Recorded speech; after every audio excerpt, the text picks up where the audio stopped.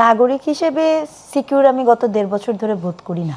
এমনকি ৫ই অগাস্টে যখন আমরা রাস্তায়ও ৫ই অগাস্টের আগে জুলাই ধরেন আমার মনে আছে ১৭ই জুলাই কারফিউর মধ্যে যেহেতু আমাদের শিক্ষার্থীতে তখন হয় হামলা করা আবু সাইদকে যখন মারা যান তারপর এবং রিয়া গোপ এরকম ছোট ছোট শিশুরা যখনই হয় তখন আমরা কারফিউ ভেঙে কিন্তু রাস্তায় নেমেছিলাম।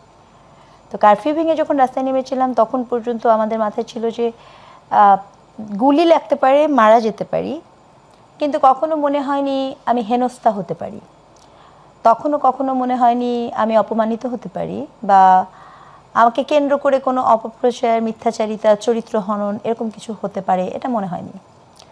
কিন্তু গত ১.৫ বছর ধরে যখন যে সময় রাস্তা দিয়ে যাওয়া আসা করেছি প্রতি মুহূর্তে, প্রতি সময়, প্রতি ক্ষণে মনে হয়েছে যে যে কোনো কিছু হতে পারে। কারা এগুলো, কাদের ভয় পাচ্ছেন? এখানে ভয় পাওয়ার কিছু নাই।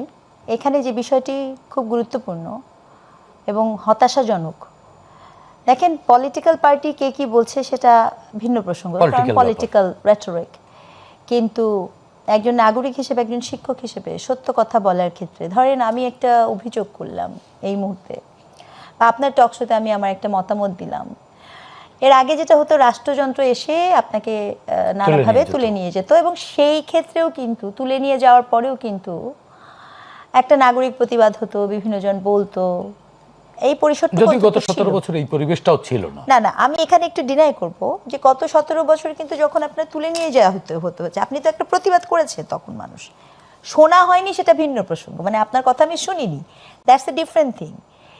আর আপনি কথা বলেছেন সেটা একটা, মানে আপনাকে তুলে নিয়ে যাচ্ছে একটা অপরাধ, এটা তো ব্যাপার। কিন্তু গত ১.৫ বছরে কি ঘটনাটা এরকম ঘটেছে? গত ১.৫ বছরে কি হয়েছে? ১.৫ বছরে যেটা হয়েছে, আমি আপনাকে পছন্দ করি না, কে জুলাই কি করেছে না করেছে এগুলো সব মানে ভুলে যাওয়া হয়েছে মুহূর্তের মধ্যে, একদম পাশার দান উল্টে, ঠিক আছে?